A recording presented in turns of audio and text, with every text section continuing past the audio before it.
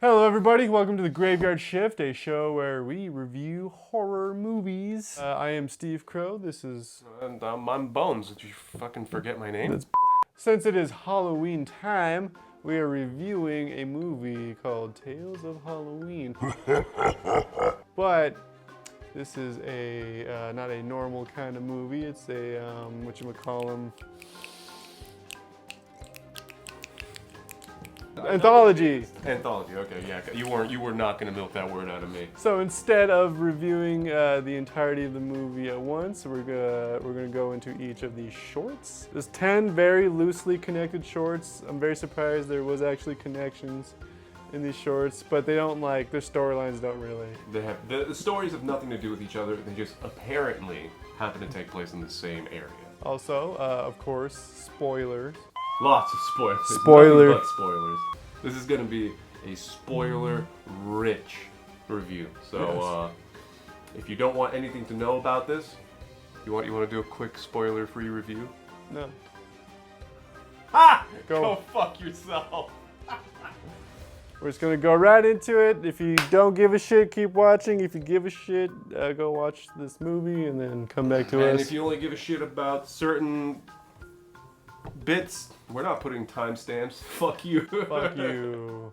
Fuck you. We should totally put timestamps. So, like, the movie, it opens up with, like, a cutesy kind of cardboard cutout intro. It's nothing special, nothing to write home to mom about. I thought it was okay. I don't know what the budget is on this film. Do you? I don't think it was a lot. I don't think it was a lot. Objectively, I think these were all shot very well. I think most of my criticisms come from the writing and maybe some the editing choices, but we'll get into that obviously. But overall, I think it's worth a watch. It's Halloween. I think it's a good thing all these are horror, because if it wasn't, any Joe Schmo could just go through these and nitpick like a motherfucker. I was starting to. I'm like, oh, the VO doesn't match here. The lighting's off. That's a weird cut. Like all this tiny nitpicky shit. But once I saw the credits and saw how few people worked on each individual short, it made all the sense of the world to me. It made it infinitely more charming. I think this movie is actually a miracle. It's kind of a miracle. I also give my top favorite short under more humorous and then more serious. Like my favorite humorous one and my favorite serious one, because they're Oh, you want to pick your favorite at the end? Yeah, that's a cool idea. We'll pick our favorite comedy one and we'll pick our favorite serious one. I don't know, they might end up being the same for me, we'll see. Okay, so we're gonna start off with the first short titled Sweet Tooth.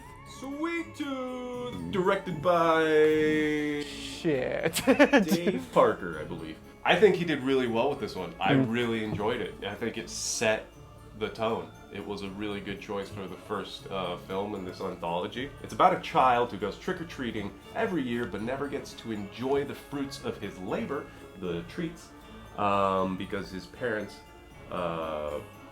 inform him they're poisonous, razors, the shit parents normally rag on their children about. But it turns out they've been eating it all along. Kid gets salty about it, kills them, eats the candy anyway, eats the candy out of their guts, and continues to haunt this neighborhood every Halloween, every sequential year afterwards. Wow, that was just a flashback sequence. This actually takes place modern day with this kid and his babysitter, and his babysitter's boyfriend is very classic. The babysitter's boyfriend's an asshole, and he's trying to scare the kid. And that's how he told the kid about the legend of Sweet Tooth, and that's how we got the flashback sequence. And then after the flashback sequence, the kid's all scared because the boyfriend says you got to offer your candy. If you don't offer your candy, he's gonna eat anything you can find inside. All your candy and all the candy you've eaten. So the kid gets super scared. He leaves a piece of candy right in front of his bedroom door before he goes to bed. And lo and behold, guess who shows up? Fucking Sweet Tooth kills the boyfriend, kills the babysitter, and eats all their candy. So it's a pretty standard setup. But speaking of which, one funny note towards the end. So the legend of Sweet Tooth, he will eat any candy they can find and all that. But then at the very end, one of the shots, there's a bunch of candy still. Oh yeah, he leaves like a trail of candy. What the fuck? I thought you were eating all the candy. What happened to your sweet tooth and being unable to quench it? So anyway, overall, my opinions, I thought it was a very well done short. I like how it's adding like modern mythology to Halloween, like a modern boogeyman, but just for Halloween. But with that said, I have a couple of I'm not necessarily like criticisms, but just funny little notes I just want to say. Like I was saying earlier, I thought it was a very nice little touch that to show that something takes place in the past. The kid's wearing a more of a vintage costume, whether or not that was on purpose or not. Now that I think you mentioned it, I do, man. It's kind of like a paper mache. Yeah, it's kind of like a paper mache, Red. like super red and yellow, like super old school vintage mask. I don't know if that takes place that far in the past, but I thought that was a nice little touch. If I was that fucking kid, and every Halloween my parents fucking yank my candy as soon as I get home, wouldn't you eat the fucking candy before you go home? Or just fucking, either eat it Or just hide some. or just hide some. Put it in your pockets. Don't just surrender your goods. It's like, bro, they let you trick or treat by yourself. Like, I would get They it. already don't give a fuck about you. It's like, bro, just like even if you don't eat all, even if you don't want to be like super sus, you know, like you don't have to eat all your fucking candy. Get a bunch, eat a couple, hide some, and then you don't have to fucking murder your parents. Also, I just want to bring up the fact that those fucking parents were eating that candy like it was fucking ecstasy, dude. Bro, oh my god, they might as well have been fucking each other with Snicker bars. Dude, they were pretty much. Practically. Like, goddamn, I know candy's great. I have a sweet tooth myself. Yeah. But I'm not fucking eating candy about to fuck this guy. Oh, shit. This, I think, kind of lends itself to the hyper-realism of all these shorts kind of share. Wasn't as big of a knock for me. I kind of thought it was just kind of cheesy and over the top. Wasn't a killer for the short, but I see what you mean. It did kind of pull you out. Why? That's a Reese's. It's not like. Yeah, no. I mean, I get. No, it's a Reese's. Leave it. Put it down. I mean, I guess not taking yourself too seriously. Not a lot of these yeah. do, and that's not like a big negative towards it. You know, it's just fun Halloween fun words. Another thing though, I want to bring up. I get. Waking up, seeing your wife murdered by your own child is very shocking, and you get paralyzed, like, what the fuck's happening? I'm so scared.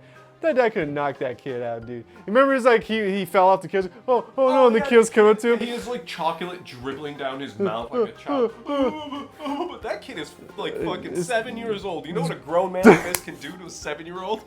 It's like he could have knocked that Punch kid in out. his ass. But, you know, he had no idea what was going on. He was scared. And he was like, what was happening? This is a giant murder dream. It's your standard horror bullshit of, oh, I dropped my keys. Oh, I tripped while running. Oh, no, I have to slowly crawl back. It's one of those. It's a horror staple. You hate seeing it, especially nowadays, but they exist and they always will. Anyway, final note, just final little thing. I thought it was a pretty brutal like first kill with the babysitter's boyfriend. He just shoves his hand down his throat. That was fucking sick. It was so good because it just showed it barely. Like you mainly just saw the blood going down the cheek, and then the camera panned up for like a second, and you saw the arm. But that was one of my favorite things about this was the gore. The gore wasn't great. As someone who used to like work on like gore effects and shit, the gore wasn't great at all, but the way it was shot and used was phenomenal. I think this just really goes to show that you can make a horror short with just fake intestines and a lot of blood. Yeah, like fucking if you have no budget, you can still make something that looks really good. The whole thing just took place in some dude's house. Like a lot of the shots didn't make sense. Like even with the kid, he was sleeping like in a corner, like in between two windows, so they could get good lighting. It was like you could tell it was just all in like like the director's house or some shit. But I'm telling you, if you have the vision and a little bit of guts, then you can get it done, and that's what this movie is. And I love it for that. For that spirit of indie filming, for the spirit of indie filmmaking, I give this one straight up like a 9 out of 10. Yeah, thumbs up for that short. I love this one. It's so good. And the chemistry. Oh yeah. I'm going to talk about the chemistry of the one that's coming up between the normal civilian characters, but this one was a little bit more believable. I mean, it was kind of cheesy, you know. I mean, babysitter with the boyfriend, you know, they gotta creep out the kid with the story, but they weren't like they weren't trying to stupid. They weren't trying to break the mold per se. They were on purpose leaning into that. Yeah, but at the same time, it's Halloween. Yeah. You know, it's what people are gonna do. I appreciated it. I thought their chemistry was decent. It didn't suck like some of these other shorts, but we'll get to that when we get there. Going back to what I was saying about the chemistry, like there was just like a quick shot where the babysitter and her boyfriend share like a piece of chocolate, and it looked like they kind of flubbed it a little bit, but they just kept rolling with it, and it felt organic, it felt real.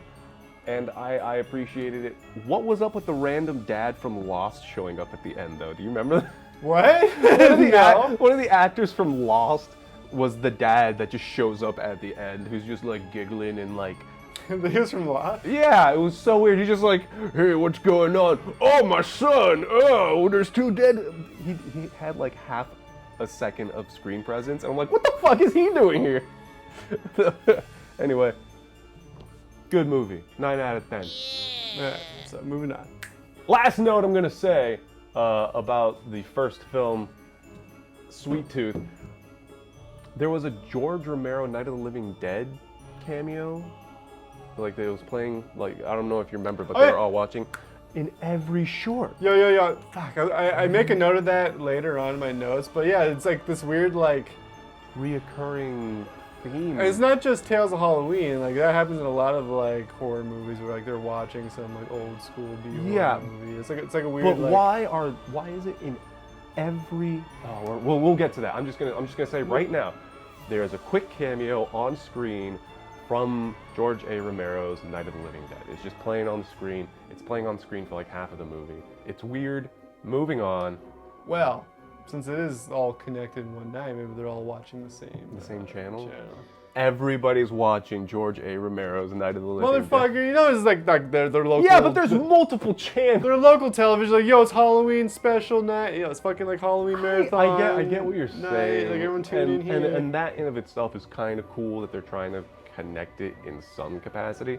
But personally, while I was watching it, I didn't make those connections. I just thought it was weird that every time I watched one of these, George A. Romero's Night of the Living Dead was playing in the background. I just thought it was one of those like horror tropes where like every horror movie, like when they're watching a horror movie, it's usually like an old school. Yeah, movie. old black and because teenagers all sit around watching black and white old horror movies on Halloween. I mean, that'd be cool. It would be cool. It'd be amazing, but that's not the way the world works, sadly. Next up, we got The Night Billy Raised Hell by Darren and Lynn Bozeman. It's a really long title and a really long name. This one, oh boy. So I'm just gonna give you guys a quick setup. The setup is our boy Billy goes out trick-or-treating with his older sister and her piece of shit boyfriend, and somewhere along the way, Billy starts to raise some hell. That's about it. This one isn't very complicated. It's not very complicated, but a lot of shit happens. So I just want to say, this is definitely one of my top contenders for favorite. Oh, okay. I'm on the other side of the fence. This one isn't one of my favorites, but it's definitely amazing. It's great. I just think like, all right, so obviously it had kind of like I mean, it's a short film. They're not trying to break the mold sometimes. Like the whole like kind of trope of like the asshole old boyfriend of like his older sister. Oh my god. Okay, but it's like with a really awkward looking. I mean, maybe it was a Halloween costume. Oh yeah, no, that's from. Oh, it's actually from something? It's from something. Oh. It's Peter Pan, the kid with the red mohawk. Oh, fuck yeah. I love that character. I forgot his name. Too bad the fucking douchebag that was wearing it did no respect. Anyway, honestly, this short started off on such a bad leg for me. I found it really difficult to get back into it, but it eventually sucks me back in. I don't know. Sorry. Okay, so overall review of this short, I really liked it. It's definitely, like I said, top contender. I had a lot of cheese, and sometimes I love me some cheese. Super cheesy. It is. I fucking. A lot of these are cheesy, yeah. So what happens in this short is that Billy is fucking super hyped about going trick-or-treating, but he has to have his older sister, I guess, escort him. And of course, as all older sisters do, they bring their asshole boyfriends. Because they all date asshole boyfriends. But then again, why the fuck is Billy trick-or-treating during the daytime? He does trick-or-treat. They even make a joke about that. Maybe it's because it was just their shoot day and they had to make a joke about Probably. it. Anyway. Probably. So what happens, they, the older asshole boyfriend is like, hey, you want to trick-or-treat like the big boys, you know? Like, What do you mean? We gotta do some pranks, motherfucker. That's exactly how it happened. Actually, Word with for like word. 10 times, with 10 times more charisma coming right from right here. We gotta do some pranks, motherfucker. We're gonna start with this old man's house. I forgot what they called him. Who cares? But it's like, it's supposed to be like that old man's house who doesn't like celebrate Halloween. You curmudgeonly fucked that everybody. Yeah, everybody fucks with every year. It's like, go fucking... What do you have to do? I think it was Ding Dong Ditch. It wasn't even like anything like crazy. Like Yeah. it wasn't like, oh no, was it the flaming dog shit? No, No, it wasn't. No. No. I think it was literally just Ding Dong Ditch. It wasn't anything exceptionally prankstery, really. Yeah, so Prankstery? Is that a word?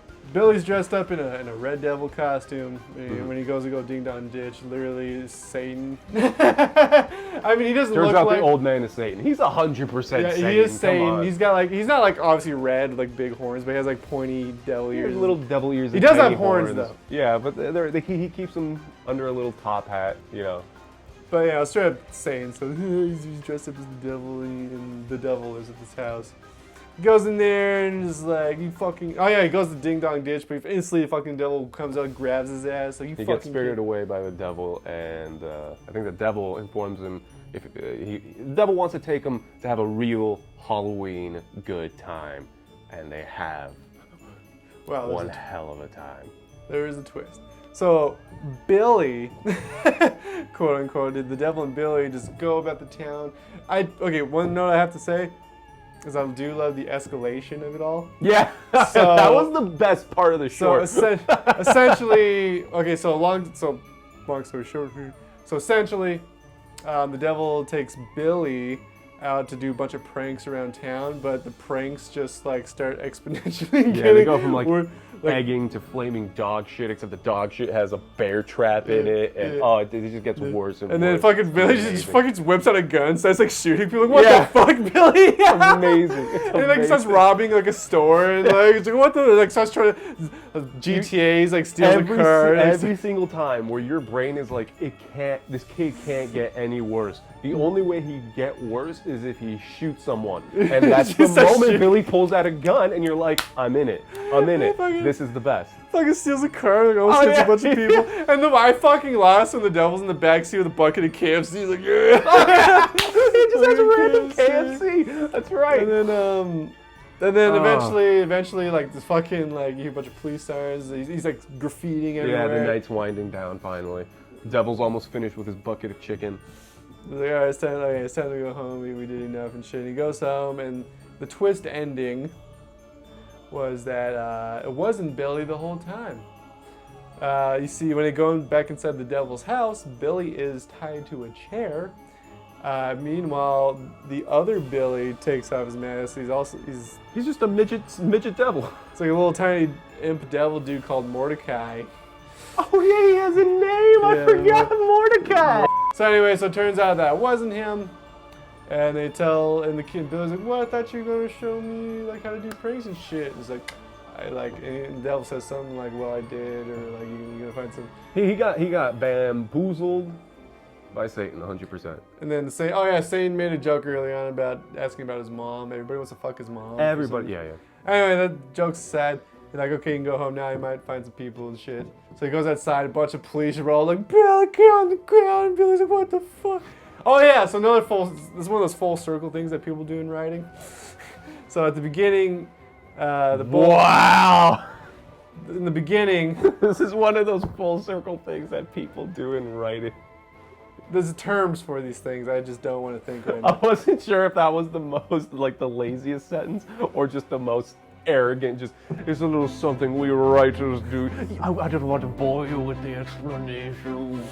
Sorry, continue. So, Your Majesty. So anyway, at the beginning, the bully's like poking fun of him, like, hey, you're gonna pee your pants. Like, I never pee my pants. I don't pee my pants. At the very end, when the cops pull guns on him and shit, he pees his pants. He pees his, and then they shoot him. Do you remember Oh that? yeah, the gunshots at the end. Like, yeah, it cuts to black and you just hear. I just don't know if they actually shot him or they're just being cute with the ending. I think it was the perfect ending. to an exceptional short was it just cuts to black, you hear the gunshot, and because of because of the hyper-realism of this world, I think you can assume the kid got shot. I think you can assume that's a dead kid. Nice. And for some reason that makes me happy. So anyway, it was to wrap up that short. I thought it was a lot of fun. They definitely did not take themselves too seriously, and it's definitely a top contender for one of my favorite humorous shorts. And I give that a fucking about 2 thumbs up for fucking Raising Hell, The Night Billy Raised Hell. Mr. Bones, would you like to say anything else? I enjoyed it. I thought it was really good. I don't think I enjoyed it nearly as much as you. I think the obnoxious characters in the beginning took me out a little bit. I rewatched it. I watched it all of these like 2-3 times. They just took me too far out of it. Nobody is that much of a douche. Nobody in your life is openly that much of a fucking dildo. So whenever like every character is that much of a dick. I just don't like it when a writer assumes that making someone fucking obnoxious gives them character. The two don't go together. Having a flawed character makes them interesting, but having your character be a giant fucking flaw isn't interesting. In fact, it has the reverse effect. At the same time, though, for a short film with a very minor character that won't get a lot of character development, sometimes they have to go like the extreme route. Okay, but they could have just done this. The boyfriend could have just shown up and just like slapped him on the back of the head and gone, "You're gonna pee your pants again," and just kept on walking. That would have been the exact same amount of impact. And you would have kept your fucking full round joke. It wouldn't have been as satisfying later on because they do end up pranking his house or his sister or something like that. I'm not disagreeing with you. I'm just saying. That's the thing. Is the best part of this? The reason to watch this short is in the name. The Night Billy Raised Hell. When Billy is raising hell, this is another short, and it's a vastly superior short. It's great. Because of that, it took the short from like a 2 to a solid 7 for me. I give it a 7 out of 10. I don't know what you give it. 2 thumbs up. 2 ghosts out of 5 pumpkins. Ooh, that's good. So, next up we got Trick. I fucking love this short. Next up we got Trick. It's by Adam. I'm gonna say this is contender for top of my list. I was gonna say it's definitely a contender for top serious short. They really start this movie off with like some really top tier shorts, keep you going. They know to start it off with some bangers, and this is one of them in my opinion. So Adam knocked this one out of the park. This one, it starts off like every adult's Halloween party ever. Nobody's in costumes. Everybody's not really drunk. A horror movie's on and it's generally kind of boring unless we're throwing the party, but we're not. Hey, man. No, I'm saying our parties fucking kick ass. No, they're not. Says who? Let me lie to these fucking When's people. the last time we even had a fucking party in this town? It's your standard adult Halloween party. It sucks balls. They're watching old Romero. They're watching the exact fucking same George A. Romero horror movie, and it's around this is when I'm starting to notice the trend.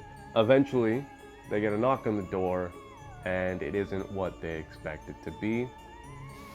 It is at first, it's a witch, but then that witch viciously and horribly eviscerates. Yes? Yeah, first of all, they're all drunk as fuck. So I mean, the guy's being a general asshole there. He's not even being an asshole. He's just like hitting on the mom from the last trick-or-treat. Not even. He just offers her some gin. Booze. Yeah, it's fine. That's called being a good host. He's not being... All I'm saying is that once that kid starts just jabbing that knife into him over and over and over and for like a sizable amount of time, it comes out of fucking nowhere. It's amazing, and the kills do not stop. Children start sneaking into this house and killing off all these adults one at a time until they get to the last one, and the last one reveals that all these adults, turns out they got a dirty little secret that warrants all of their demise. Amazing setup. I fucking love this short. What do you think? No, so I was gonna say I really love that twist because, like, first of all, for the whole show, you don't know why these kids are murdering these adults. You Yeah, don't know but why. honestly, I was fine with the kids just killing them. Oh, children of the corn. Let's fucking Oh yeah, do no, it. I was totally fine with them just wanting to kill people Yeah, yeah. because it's fucking Halloween. But once the twist happens, Yeah. it elevates the fuck out of it. So yeah, so it's a really great twist at the end. So this is one of those shorts that's all about the twist. Like, wow, once you see the twist, like, oh, wow, that's why it's happening.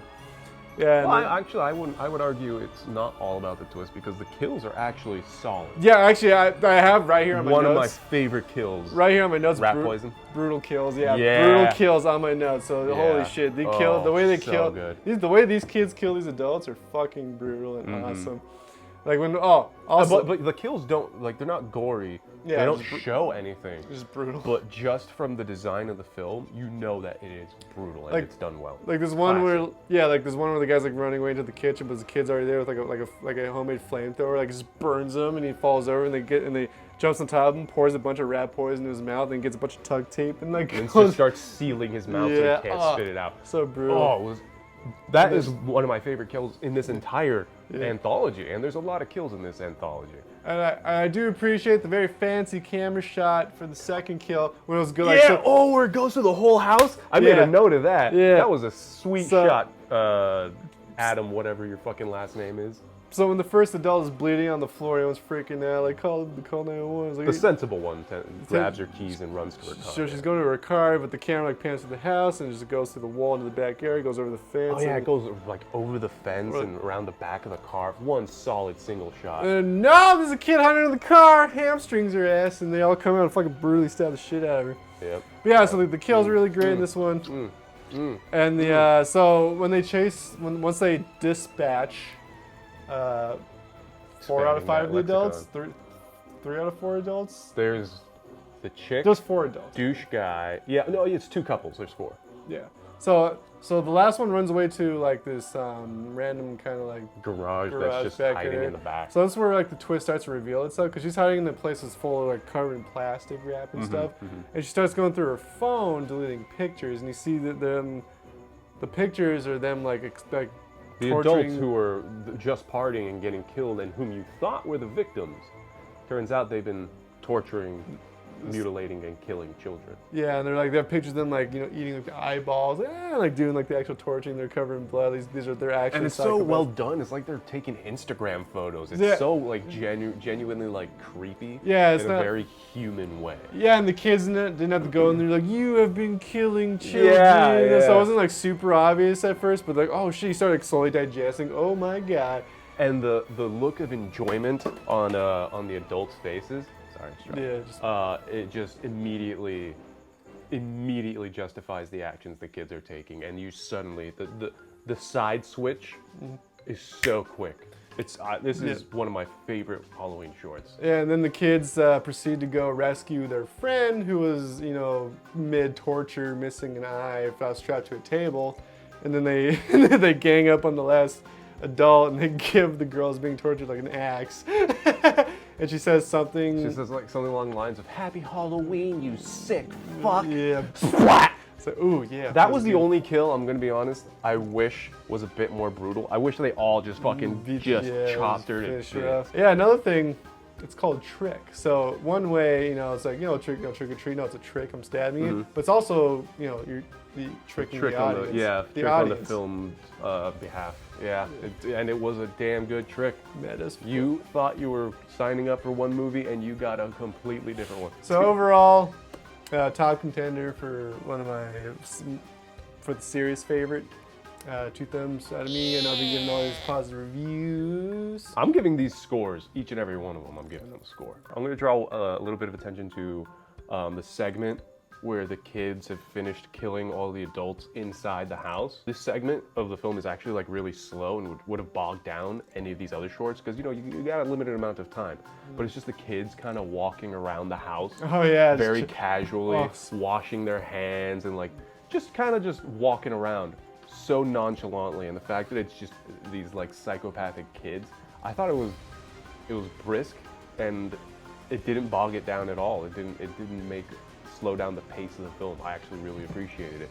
I give this one a solid 9.5 out of 10. Would have given it a 10 if it had a slightly bigger budget. This honestly is another one that just looks like it was filmed in the director's house. They had a prop eyeball, which they abused to hell. Yeah. That was like the only bit of gore they had, but they knew how to film it in all these different angles and all these different ways that they convinced us that these people have been torturing kids for years when all they had was one little bloody prop eyeball. Hats off to Adam Girash. I'm sorry for butchering your name. I love your work on this fucking short. Well done. The next one is titled The Weak and the Wicked. Really cool title. Directed by Shame about the short. Paul Soleil. So, like I said at the top of this episode, I think these were all really shot objectively well. Like, there's nothing wrong with like a lot of the editing and like the composition, the lighting, and all that. Oh, a lot of it's like the writing. I think sometimes that's bad. So sadly, I think this is one of the weaker shorts, and it's almost like it doesn't need to be on Halloween night to be like a short, you know? Yeah. It's like it could almost take place any other. It could just be a short on its own. That's I'd not say related to Halloween. like all these are very Halloween shorts. Yeah, like you were just saying. It's just like a dark short. You know, it doesn't have to be Halloween. Yeah, like you're saying, the rest of these, at least I think so. Like, yeah, the rest of these they're very Halloween-y. There's a difference between like. I think we were talking about this recently. You brought it up where there's a difference between just a normal Halloween, a normal horror movie, and a Halloween movie. Yeah. Like, you can't just watch a horror movie on Halloween and say it's a Halloween movie. That's exactly what it said. Thanks for stealing. Yeah. it. Just kidding. I gave you credit. Yeah, I cited my sources, bitch. It's Halloween night. It starts off with this kid fucking eating candy like he's a goddamn zombie in an alleyway. Why the fuck is there a kid just fucking... Okay, but you should really use the term kid really loosely because he's damn near a full-grown adult. Like, he's wearing like the little cowboy hat and the giant this tweed preteen. glasses. This young adult he pays taxes. This guy. was for some reason thought it would be a good idea to go to a sketchy alleyway and next to a dumpster. Next to it, just fucking scream like why? Like why? And like the sound effects they use is just like. I thought like when you said it was a zombie, that is exactly what I thought. I thought it was a zombie eating a corpse. Yeah. So suddenly this kid gets yanked up by 3 hoodlums straight out of the 80s, I guess. No. Or I don't know. They're not out of any time period. They're out of an angsty pre-teenage mind is what they came out of. There's 2 dudes and 1 lady that they casted solely for her looks. Exclusively. Just this god. They're like, fuck. I don't. They all are way too attractive. What do they look? I know they're all good-looking people. They're incredibly good-looking. They're like torturing this kid. And they're gonna light out like she's gonna put out her cigarette on his foot. And they talk in a way that no human being talks. Nobody in this fucking short talks like a human being talks. They talk like a antisocial writer thinks human beings talk. Like usually, I'm super. What's the word I'm looking for? Lenient. Super lenient. I forgive a lot of these things. Like it would make a lot more sense if it was one of those shorts that didn't really take itself that seriously. Like the night that Billy raised hell with the stupid asshole at the beginning. Okay, I was very lenient towards that. Shit is silly. Yeah. But I feel like this short is one of those shorts that took itself pretty seriously. It took itself completely. I think. And holy fuck, I'm sorry, just the overly edged. it's cringy. It's like the guy with the toothpick in his mouth. Like, whoever the costume designer is definitely an airsofter. Yeah, because of the mask. Because I have those. Because like the 2 dudes have these skull masks, but the thing is they're actually airsoft masks because they have the 20 gauge steel. They're not even like really. They're like $5 ones that you would find in any airsoft. I own those masks, and there you go. We didn't coordinate it. He owned them before ever watching this. So like. I mean, it's one of those things like if one of them had one of those airsoft masks, like, okay, that's his character. That's his thing. It's just a mask, it's just a mask that they have on set that happens to be an airsoft mask. But when there's 2 airsoft masks on set, I feel like when they're both right next to each other. I feel like the costume designer's an airsofter, or somebody on that set was an airsofter. So anyway, they hear like a noise or something distracts them. They let that kid go, and they see this silhouetted figure at the end of the alleyway. Oh fuck! I don't even feel like explaining this shit. So they go to him. They go to him. It's some dude. It's a kid or a teenager. No, it's a teenager, dressed up like in like.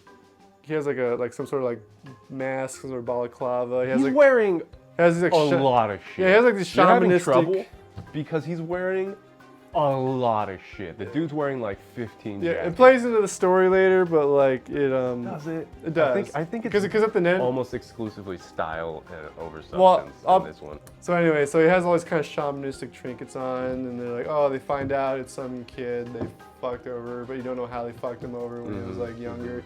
And there's a whole chase sequence, and then they chase him down to a specific alley, I guess. And then you find out the whole twist is that when he was a kid, a psychopathic kid. Before you get to that, I'm sorry to interrupt, but I'm just gonna say this real quick to the director or anybody else who's ever gonna try and make the same move. BMX bikes are not intimidating. Do not have your intimidating, scary gang of murderers drive BMX bikes. If you can't afford motorcycles like a fucking big boy, put them on skateboards like everybody else does. Not only does it make more sense, but stylistically and aesthetically speaking, would have looked way cooler. Would have made more sense with the way they dressed anyway. Fucking BMX bikes. So anyway, they track him down to like a specific alley where there's like a burnt down trailer. It's still there.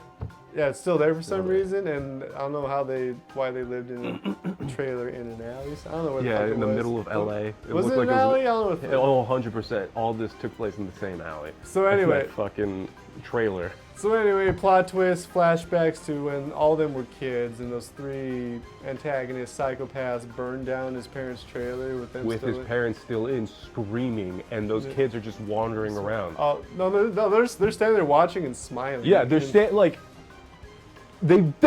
children just killed two people. Yeah, that's why. And it's like the kid watched them do it, but instead of like, I don't know, having these kids arrested, he spends how long plotting this ridiculous scheme? Yeah, many years. It's so. Anyway, so cuts back. Like the main evil female was like, oh, how poetic or whatever. Now we're gonna kill you. And then kid. I can feel you running out of steam just talking about this. And then the short. kid, and then the main protagonist drops like a note or something. Another one, because he likes giving these people hints about that they're about to die over and over. Yeah, because when they first met him, he said some. He literally told them. He recited a. Oh, the monster comes in the place where the innocent were hurt. So anyway, he tells them what the. He drops an old-looking piece of paper, and it's like instructions for summoning the Halloween demon or something. And like, wear this, and that's why you see early at the trinkets. That's why he's dressed the way he is. Like, wear this. But that doesn't explain it because it's not a real thing. It's the set. It's the costume designer said put all this shit on. Well, anyway. It's bullshit, but we'll make it work.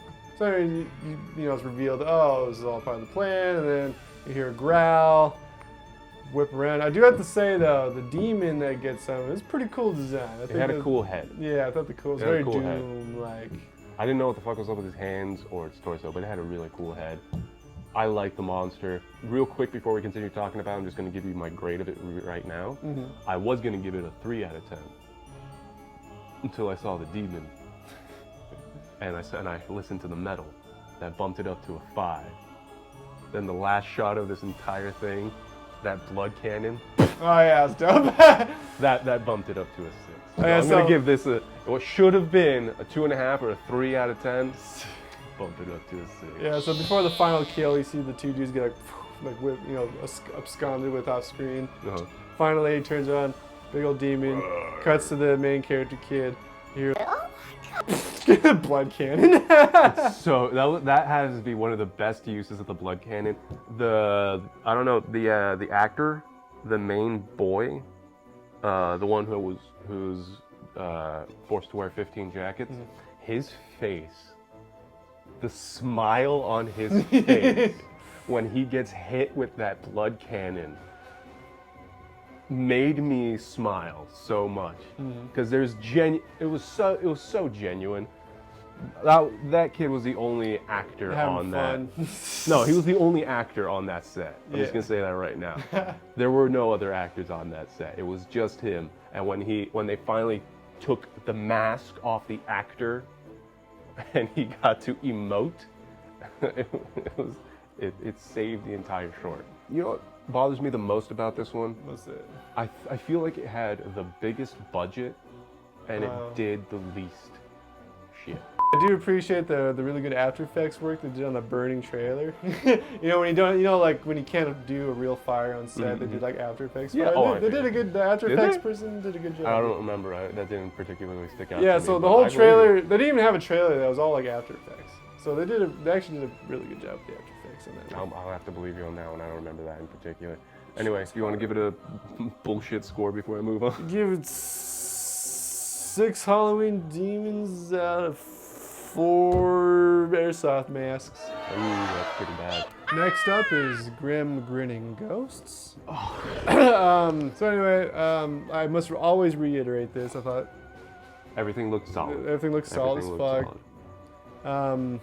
Sadly, I think this one was it's probably the most forgettable of the bunch. Yeah. It was also one of the shorter ones, which is fine. Thank God. It's a real shame because not only did it have I forget the name of that old lady. She's in like every horror movie. Oh, nowadays. Not only did it have her, but it had fucking Stuart Gordon in it, director of all those like H.P. Lovecraft movies. Oh, really? Yeah. You know what? You know that weird old people swinger party that they're at, that the one random young chick is at? Oh, yeah. The old Sherlock in the They're corner. family, man. Bro, oh, that I was don't him. give a fuck. Yeah, I don't give a fuck. Oh. Those are a bunch of old swingers. But that's fucking Stuart Gordon in there. They had all this talent in the fucking short, but the talent didn't save the short because the talent wasn't the lead. The lead was whoever the fuck that chick was. So apologies after just kind of dumping on the short a bit. This was directed by Axel Carolyn. What? Axel? Axel Carolyn. So the story goes. So there's a Halloween party. I guess it's family or something. It's a bunch of old swingers, man. We know what's going on in there. So it starts off with this person dressed as a fortune teller, and she's telling the story about fuck is the monster's name? It's a generic ghost that if you look at it, it kills you. Yeah, so it's like, it's gonna creep up behind you. And it keeps telling you to turn around, and if you turn around, it gets you. And that's the whole. Yeah. That's then- the spooky story. So then it was the fortune teller's daughter was listening to the story, and then right at the climax, her friend jumps up, scares her. Anyway, so she goes home that night. Like, that's funny. Lucky it's Halloween. So they all go home that night. She's driving her car, and there's Which was already established to be a piece of shit car. Yeah, and there's some very appropriate song playing on the radio. This is very relevant to the current situation. Car breaks down. Fuck, I gotta walk home. She starts walking home, and I do gotta say, it's a really cool fucking shot of like her walking down the middle of the street, and like the blue fog light from behind, and she hears there's like this silhouetted figure. I like the silhouetted figure coming at her from behind. It was pretty creepy actually. It was like the way it walked or whatever. And then she's like, fuck, don't look behind, don't look back, don't look back, don't look back, or whatever. And she gets to her house. Oh, there's a cool shot too. They play with the shadows, see like the hands. Yeah. That was a really cool shot. Well done on that. So she gets to her front door, and then she fucked up. She looks behind her. So there's the scene. She's going to bed, getting ready to go to bed. She's brushing her teeth. Potential mirror scare. I was gonna get really mad if they did that, but they didn't. They didn't do the mirror scare. Okay, I'm trying to wait for you to finish with this whole rundown before I start tearing it apart. But I'm gonna say this: this short is like 90% fake out scares, where it's like you hear the music, it starts rising, and then wham, really loud noise, and it's nothing. Every single time, it's nothing. One time it's like a fucking something falls over. Another time it's a prop ghost that jumps out at her. Another time it's her fucking dog. Another time it's a car. It's always like this stupid, lame shitty jump scares, where it just crescendos with a loud noise, nothing happens. Oh, are you spooked yet? I hated every second, every time one of those happened, because I knew nothing was going to happen. The short has one scare in it, and it's the one scare you're fucking waiting for. So anyway, her dog spooks her in the bathroom. I know, yeah, there's one of And them. then later that night she's watching a fucking movie? I wonder She what watched it- fucking, she yeah, I watched it wonder remember? what fucking movie it is. And then her dog fucks up, gets spooked. She's like, where you going, buddy? And then she leans back, and then where her dog was next to her on the couch was that ghost monster, and it goes car, and then it cuts to black, and the story. That's the whole short. It's not memorable at all. In fact, the only things I do remember was all the fuck-ups. Like, when her car breaks down, she just leaves it in the middle of the road and fucking walks away.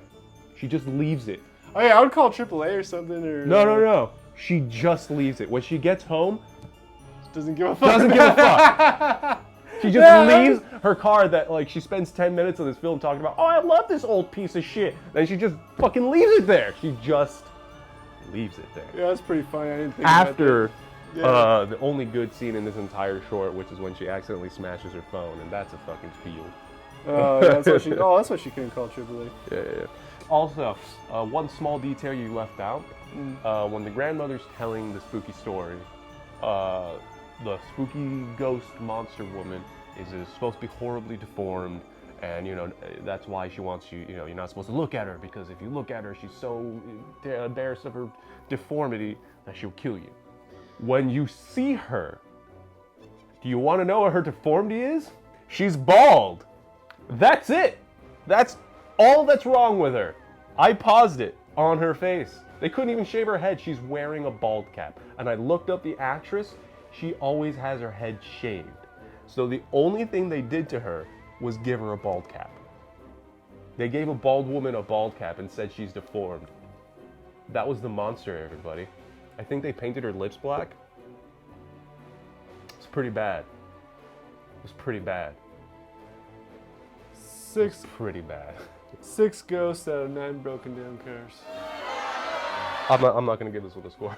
I'm not even gonna waste my time trying to think of it. I'm not gonna waste the brain power or the breath. So anyway, everybody, turns out that there's quite a lot to unpack with each short, so we decided to split this into 2 episodes, and we went through half of them.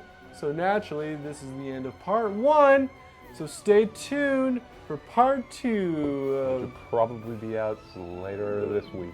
Tales of Halloween Part Graveyard 2. Shift review. See you See you on the other side. Hey, we did it.